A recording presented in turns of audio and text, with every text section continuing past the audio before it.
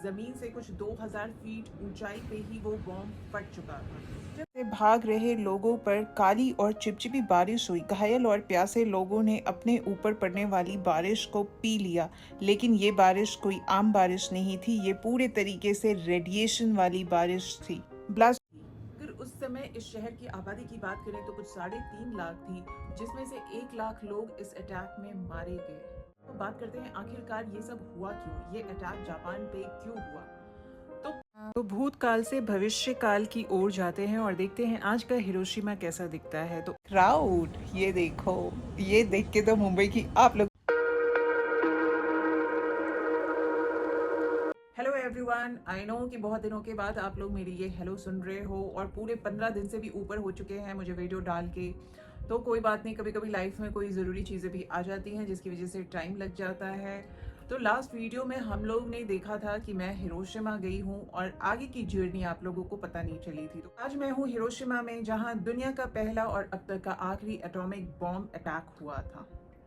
6 अगस्त 1945, यही वो दिन था जो जापान के लिए एक ब्लैक हिस्ट्री बन के रह गया। तो हम बात करेंगे कि आखिर ये बॉम्ब क्यों गिराया गया था और यही शहर जापान का क्यों चुना गया था। ये जो आप बिल्डिंग देख रहे हो, इसका बहुत सा हिस्सा तो गिर गया और ये थोड़ा हिस्सा बचा रह गया और इसका नाम रखा गया है एटॉमिक बॉम्ब डोम। उस जमाने में जापान में ज्यादातर घर लकड़ियों के बने होते थे और कुछ ही बिल्डिंग्स होती थी जो कंक्रीट की होती थी। कंक्रीट की होने की वजह से ये बिल्डिंग थोड़ी बहुत बची रह गई और इस बिल्डिंग को तब से गवर्नमेंट ने प्रिजर्व करके रखा है। कहते हैं जब बॉम्ब गिरा था तो कुछ लोग जहां बैठे थे, जहां उठे थे, वहां पे वो शैडो बन गया था, जिसकी कुछ झलकियां आप ये देखो। जब बॉम्ब ब्लास्ट हुआ था तो वो बॉम्ब ऊपर ही फट गया था। मतलब आप ऐसा समझ लो कि जमीन से कुछ 2000 फीट ऊंचाई पे ही वो बॉम्ब फट चुका था। जब बॉम्ब गिरा था तो उन्होंने हवा में ही बॉम्ब को गिरा दिया था। जमीन से बॉम्ब फटने की जो दूरी थी वो कुछ 2000 फीट की थी। अगर उस समय इस शहर की आबादी की बात करें तो कुछ 3.5 लाख थी, जिसमें से 1 लाख लोग इस अटैक में मारे गए। और यही नहीं, 3 दिन बाद वापस एक धमाका हुआ और वो धमाका भी जापान के ही एक दूसरे शहर नागासाकी में हुआ। तो बात करते हैं आखिरकार ये सब हुआ क्यों, ये अटैक जापान पे क्यों हुआ। तो पहले यूएस वर्ल्ड वॉर में इन्वॉल्व नहीं था, लेकिन फिर उसके बाद में 1941 में पर्ल हार्बर पे अटैक हुआ। फिर क्या था, यूएस की एंट्री हो गई। पर्ल हार्बर यूएस की एक बेस स्टेशन थी और ये जापान से काफी पास था। और जापान से काफी पास होने की वजह से जापान को हमेशा ये इनसिक्योरिटी और डर रहता था कि अटैक कर देंगे, और इस डर के कारण जापान ने अटैक कर दिया। जापान के ब्लास्ट करते ही यूएस इसमें इन्वॉल्व हो गया तन मन और धन से। जब यूएस इन्वॉल्व हो गया तो टोक्यो पे भी ब्लास्ट किए गए, और एक ब्लास्ट नहीं, पूरे सीरीज में ब्लास्ट किए गए और वहां भी काफी लोग मरे थे, तकरीबन 1 लाख। बट वहां के बारे में ज्यादा सुनने में नहीं मिलता, राइट, क्योंकि वो एटॉमिक बॉम्ब नहीं था। तो जब यहाँ हिरोशिमा में बॉम्ब गिराया गया तो प्लेन से गिराया गया। बॉम्ब गिराने के कुछ 43 सेकंड्स में ही ब्लास्ट हो गया और 43 सेकंड्स में प्लेन के पास इनफ टाइम था कि वो यहाँ से निकल गया। मतलब उन्होंने ऐसा टाइम सेट कर रखा था कि 43 सेकंड्स में प्लेन तो यहाँ से निकल जाएगी और उसके बाद ब्लास्ट होगा, जिससे कि प्लेन को किसी भी तरीके का कोई नुकसान नहीं झेलना पड़े। ब्लास्ट के बाद बहुत सारे लोग जो कि बाहर रस्तों पे थे, चल रहे थे, कहीं जा रहे थे, खड़े थे, कुछ खा रहे थे, वो तो इंस्टेंट मर गए और बहुत सारे लोग बाद में मरे रेडिएशंस के कारण। रेडिएशन तो हिरोशिमा की हवा में, पानी में, हर चीज में फैल चुका था और जिसकी वजह से तरह तरह के केस देखने मिले और काफी दिनों तक देखने मिले। तरह तरह की बीमारियां, तरह तरह के skin problem, hair problem, medical issues बहुत तरीके के देखने मिले थे हिरोशिमा में। जैसे तो रेडिएशन सालों तक रहता है, बट आज क्योंकि काफी साल बीत चुके हैं इस इंसिडेंट को, यहाँ पे रेडिएशन नहीं है। बट एक जगह है चेर्नोबिल, यहाँ पे आज भी रेडिएशन है। और ऐसा क्यों? तो ब्लास्ट तो टोक्यो, हिरोशिमा और चेर्नोबिल में भी हुए, लेकिन सबसे ज्यादा रेडिएशन चेर्नोबिल में इसलिए अभी तक भी है। इसका सबसे पहला रीजन ये है कि हिरोशिमा में जो ब्लास्ट हुआ वो हवा में होने की वजह से चेर्नोबिल से कम रहा। दूसरी रीजन कि चेर्नोबिल में जो ब्लास्ट हुआ था वो एक रिएक्टरी ब्लास्ट हुआ था, मतलब 400 गुना ज्यादा स्ट्रॉन्ग न्यूक्लियर रेडिएशंस थे। इसलिए अभी तक वहां से रेडिएशंस खत्म नहीं हुई हैं पूरे तरीके से। और इतने पे भी जापान रुकने का नाम नहीं ले रहा था। और फिर क्या थी बात, रशिया भी इन्वॉल्व हो गया और रशिया ने इन्वॉल्व होते ही वॉर डिक्लेयर भी कर दिया। और फिर ये बात यूएस तक पहुंची और फिर यूएस ने सोचा कि अब तो रशिया भी आ गया है और ऐसा ना हो कि रशिया अब जापान को ऑक्यूपाई कर ले। तो उसने 3 दिन बाद ही नागासाकी पे अगला अटैक कर दिया, रशिया को डराने के लिए और जापान को फुल स्टॉप करने के लिए। और नागासाकी पे जो बॉम्ब गिराया गया वो प्लूटोनियम या यूरेनियम था, बहुत ज्यादा स्ट्रॉन्ग, लेकिन नुकसान कम हुआ हिरोशिमा से। ऐसा क्यों? क्योंकि नागासाकी के लैंडस्केप की वजह से। नागासाकी का जो लैंडस्केप है वो काफी ऐसे पहाड़ी और वैली टाइप का है, उसकी वजह से बॉम्ब का रेडिएशन बहुत अच्छे तरीके से फैल नहीं पाया जैसा कि बाकी शहरों में फैल गया। और ऐसा बोलते हैं कि जब भी कोई न्यूक्लियर वॉर होती है तो उसका जो रेडिएशन है वो 4 हफ्ते तक रहता है और उसके बाद धीरे धीरे हर हफ्ते करके दिन ब दिन वो कम होता जाता है। अगर आज की बात करूं तो काफी बड़ा बिजनेस हब है इनका हिरोशिमा। जब बॉम्ब गिरा था उस वक्त कुछ दिन का टाइम था, सुबह के 8 बज रहे थे, लोग ऑफिस जा रहे थे, कुछ लोग नाश्ता कर रहे होंगे। वैसे नाश्ता का कल्चर तो जापान में काफी कम है। और बोलते हैं बॉम्ब गिरने से पहले एक जोरदार लाइटनिंग होती है और उसके बाद एक बहुत ही तेज हीट वेव आता है। इंडिया में जो अभी 50 डिग्री है वो कुछ नहीं है इसके सामने। ये हीट वेव ऐसा होता है कि इसमें इंसान खड़ा राख हो जाता है। और ये सब होने के बाद भी एक इतनी अजीब चीज हुई कि अमेरिका ने अपनी पूरी डॉक्टरों की टीम भेजी थी सिर्फ ये चेक करने के लिए कि न्यूक्लियर कितना पावरफुल था और लोगों पे क्या क्या इफेक्ट्स हुए उसके। लेकिन एक भी पेशेंट को अमेरिका ने ट्रीटमेंट नहीं दी। जब भी ऐसे वॉर्स होते हैं, कोई भी एक कंट्री दूसरी कंट्री पे वॉर करती है तो उनका मेन टारगेट होता है वहाँ की मिलिट्री सिस्टम को तहस नहस कर देना। लेकिन इस वॉर में 10% मिलिट्री वाले मरे थे और 90% सिविलियंस। 2016 में बराक ओबामा जो कि यूएस के प्रेसिडेंट थे, पहली बार कोई अमेरिकन प्रेसिडेंट ने जापान में विजिट किया। और अगर आज की भी फैक्ट्स की बात करें तो हिरोशिमा आने वाले मोस्टली टूरिस्ट यूएस से होते हैं और स्पेशली हिरोशिमा को टारगेट करने का यूएस का मकसद था जापान की मिलिट्री को क्षतिग्रस्त कर देना। तो भूतकाल से भविष्य काल की ओर जाते हैं और देखते हैं आज का हिरोशिमा कैसा दिखता है। तो आज देखो आप, शहर वापस से बस चुका है और शहर में जान आ गई है। हर वो चीज़ जो जापान के दूसरे शहरों में है वो यहाँ भी है, चाहे वो ट्रैम हो, मेट्रोज हो, एयरपोर्ट्स हो और ये चिकनी सड़कें हों, वो भी एकदम क्लीन। तो आज अगर हिरोशिमा के पॉपुलेशन की बात करें तो कुछ 12 लाख यहाँ पे पॉपुलेशन है, कंपैरेटिवली कम है टोक्यो और ओसाका से बहुत ज़्यादा। ब्लास्ट के बाद शहर तो 100% बर्बाद हो चुका था। काफ़ी सारे लोग तो मर चुके थे, लेकिन जो लोग बच गए वो बहुत ही असमंजस में थे। आग से इधर उधर भागे जा रहे थे। उनकी शक्ल पहले से पूरे तरीके से बदल चुकी थी, चेहरा जलन से सूज गया था, स्किन पील होकर लटक रही थी और बॉडी खून से लथपथ थे। ये जो कुछ कपड़े आप देख रहे हो ये बच्चों के कपड़े हैं जो उस टाइम पे बच्चों ने पहन रखे थे और कपड़ों की हालत देखो आप, चिथड़े उड़ गए हैं कपड़ों के और इसे यहाँ पे रखा गया है म्यूजियम में। कुछ जो कॉन्क्रीट्स के घर थे उसके ये पिलर हैं जिसे प्रिजर्व करके रखा गया क्योंकि ये भी उस टाइम पे पूरे रेडिएशन से भरे हुए थे जिसे सर्वे के लिए यहाँ लाया गया था। और ये देखो आप कैसे घरों पे अटैक होने के बाद क्या नक्शा हुआ था शहर का, पूरा शहर शमशान बन चुका था। जो आप अलमारी देख रहे हो ये भी किसी के घर में रखी हुई थी और ये लोहे की अलमारी थी जो ब्लास्ट के बाद कुछ ऐसी हो गई। और ये साइकिल देखो आप, इन सारी चीजों को काफी सालों तक सर्वे किया गया और उसके बाद इसे म्यूजियम में रख दिया गया। इस लड़के की ब्लास्ट के बाद राइट साइड की आंखें फट गई, किसी के आंख, किसी के जबड़े, किसी का एक हाथ, किसी का एक पाँव शरीर से अलग हो गया। लाशें लाल, नीली और पर्पल हो गई थी। इस घटना के बाद कई बचे हुए लोग इस बुरे तरीके से जल चुके थे कि 10-12 सर्जरीज करवाने के बाद भी उनमें कोई खास सुधार नहीं आया और आने वाले कुछ सालों में वो भी मर गए। आग से भाग रहे लोगों पर काली और चिपचिपी बारिश हुई। घायल और प्यासे लोगों ने अपने ऊपर पड़ने वाली बारिश को पी लिया,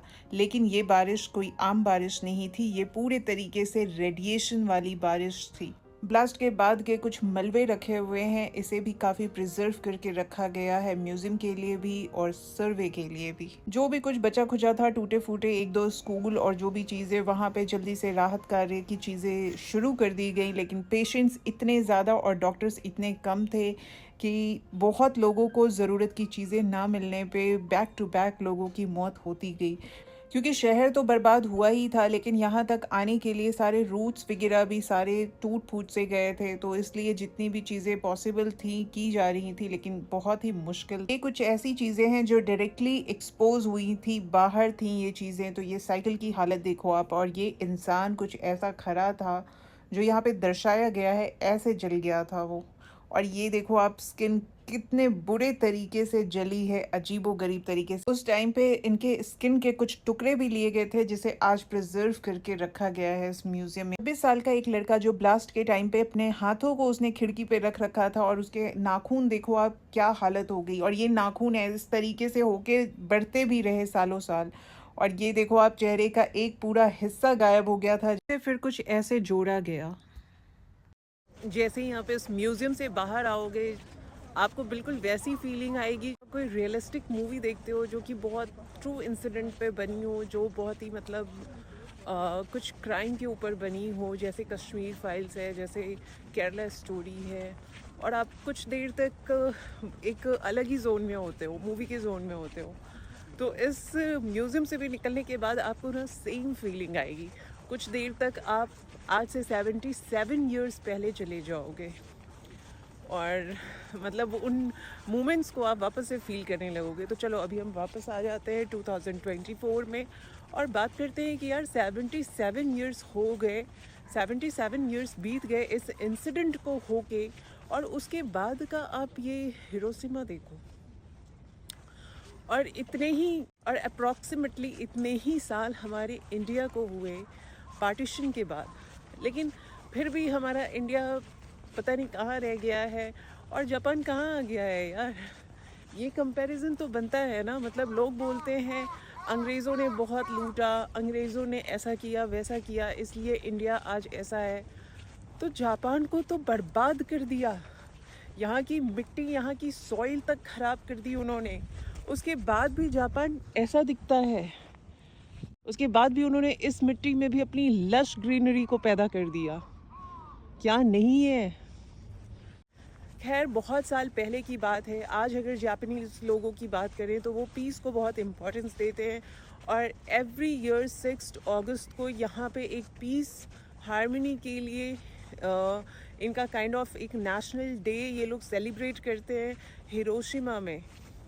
सामने जो इन्होंने फायर लगा रखा है, ऐसा लगता है जैसे वो पीस का सिंबल इन्होंने क्रिएट किया है। और आए दिन यहाँ पे पीस से रिलेटेड कुछ ना कुछ ऐसे कार्यक्रम होते रहते हैं। जैसे कि अभी देखो आप, यहाँ पे फ्री पैलेस्टाइन के लिए काफ़ी सारे लोग इकट्ठे हुए हैं और प्रेयर कर रहे हैं। तो आए दिन कुछ भी अगर किसी भी देश में पीस रिलेटेड चीज़ें होती हैं हार्मनी के लिए, तो हिरोशिमा में ही अक्सर की जाती हैं। जापान में प्रसाद कुछ ऐसा मिलता है कि इन्होंने मुझे एक लेटस दिया, और ये नमक वाला पानी था, उसमें डिप करके मुझे ये खाना था, कच्चा कच्चा सा।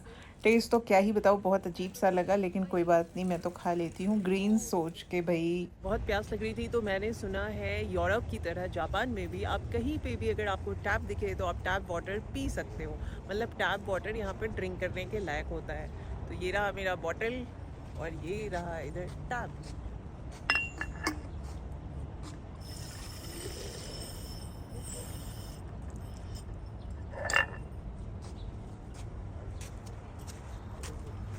देखो आप, ये अंकल की एज कितनी लग रही होगी? 80 तो ज़रूर होगी, ठीक है। ये अंकल की एज 80 तो ज़रूर होगी। और ये देखो आप, ये है इनकी रिक्शा, साइकिल रिक्शा। ये चला के ये आ रहे हैं। देखो उनसे ठीक से चला भी नहीं जा रहा, लेकिन वो साइकिल से जाएंगे। तो शाम के 6 बज चुके हैं, और जो लास्ट बस थी यहाँ से स्टेशन के लिए, हिरोशिमा स्टेशन के लिए, वो कुछ 5 बजे की थी। तो मेरी फ्री वाली बस तो मिस हो गई है, लेकिन कोई नहीं, अब पे करके ट्रैम से जाना पड़ेगा। वैसे चार्जेस कोई बहुत ज़्यादा नहीं है, हिरोशिमा में बहुत ही रीज़नेबल हैं चीज़ें कंपैरेटिवली टोक्यो और ओसाका। तो ये क्या थी, आ गई छोटी मोटी सी ट्रैम। अच्छा, मैंने सोचा यहाँ मेट्रो होगी, लेकिन मेट्रो नहीं, यहाँ ट्रैम है। तो चलो ट्रैम के मज़े लेते हैं। रह के जापान में ना मुझे मुंबई की बहुत याद आ जाती है। पूछो कैसे? वैसे तो किसी भी मामले में सिमिलैरिटीज़ नहीं है, लेकिन क्राउड, ये देखो, ये देख के तो मुंबई की आप लोगों को भी याद आ गई कुछ होगी। 7:30 बज रहे हैं और मैं आ गई हूँ टिकट रिजर्वेशन में। मेरी टिकट रिजर्व करने नगोया के लिए, और कुछ इतना क्राउड है। ये क्राउड आप देख रहे हो, मतलब हिरोशिमा में इतना क्राउड यकीन नहीं था। काफ़ी बड़ा शहर है शायद। ट्रेन अराइव होने में सिर्फ 2 मिनट बचे हुए हैं। बहुत मुश्किल से भाग भाग के ले रही हूँ। होपफुली ले लूँ। अगर रह गई ना तो लास्ट ट्रेन 1 घंटे तक की है, उसके बाद स्टेशन भी बंद हो जाता है। तो ले ही लिया भाग के ट्रेन, और रिजर्व सीट है इस बार। रिजर्व ना भी हो यार, ऐसी ट्रेन में तो खड़े भी बंदा चला जाए। अभी पता नहीं मैं रात के कितने बजे पहुंचूंगी। मैं जा रही हूँ नगोया, तो पता नहीं मैं कितने बजे पहुंचूंगी वहाँ पे। होटल सब क्या करना है कुछ भी पता नहीं। फिलहाल तो सिर्फ पहुँच जाए, बस इतना ही पता है।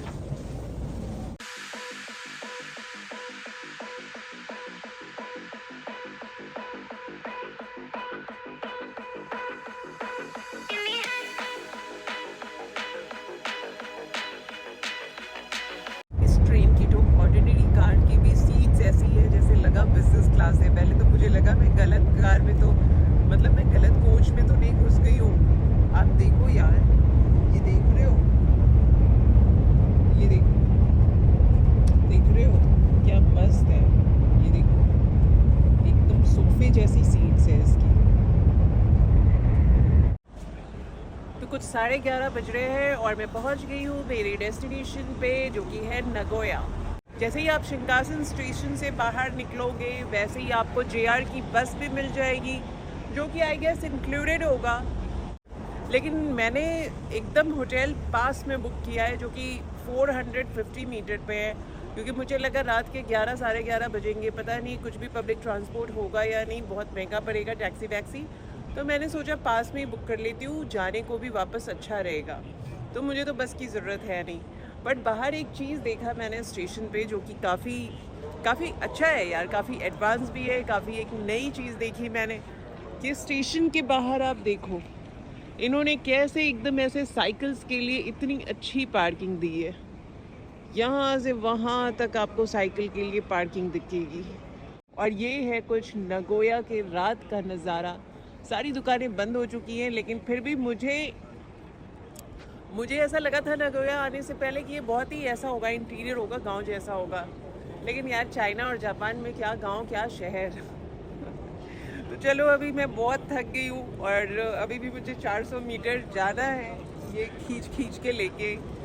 तो ज़्यादा टाइम नहीं वेस्ट करते हैं, क्योंकि जल्दी सोना है, ताकि मैं जल्दी कल की अपनी जर्नी स्टार्ट कर सकूँ। आ चुका है मेरा होटल, और ये है मेरा होटल लाइफ मैक्स। तो एक बार फिर से मैं लाइफ मैक्स में ही रुक रही हूँ। अभी कोयतो में भी मैं लाइफ मैक्स में थी, क्योंकि एक्चुअली हुआ ये कि इसका प्राइस मुझे बहुत अच्छा दिखा, तो मैंने सोचा चलो बुक कर लेती हूँ। 3000 मुझे दिख रहा था और मैं 2 दिन के लिए बुक कर रही थी। लेकिन जब मेरा अमाउंट डिडक्ट हुआ तो 7000 डिडक्ट हो गया, और मैंने देखा तो वो 3000 पर डे का था, और मैंने सोच लिया वो 2 दिनों का है। मैंने वहाँ पे 2 दिन ही डाला था, लेकिन उन्होंने वहाँ पे अलग से मेंशन कर रखा था कि पर नाइट का प्राइस है। खैर, अभी जो हो गया सो हो गया, अब कर तो कुछ नहीं सकते हैं। तो रात का नज़ारा आप कुछ देखो। वैसे तो ये एरिया ना एकदम ही सिटी सेंटर जैसा ही लग रहा है, मतलब स्टेशन का एरिया नहीं लग रहा है, ये सिटी सेंटर ही लग रहा है। यहाँ पे देखो सारी ये हाईटेक बिल्डिंग्स वगैरह, और ऐसा है कुछ रात का नज़ारा। दूर दूर तक कोई नज़र नहीं आ रहा, देखो दूर दूर तक कोई भी नहीं है। इंसान तो छोड़ दो, रोड पे भी एक कागज़ का टुकड़ा भी बता दो, एक सिगरेट का भी बता दो, कुछ भी नहीं है रोड पे भी। और ये है सामने में कुछ पार्किंग या चार्जिंग स्टेशन है शायद। तो चलो अभी जाते हैं अपने होटल में। जापान की ट्रिप में ना मैं गलतियाँ पे गलतियाँ कर रही हूँ, पता नहीं क्या हो गया है मुझे। मैं इतनी लॉस्ट हूँ या पता नहीं ऐसा और भी लोगों के साथ में होता है, गॉड नोज।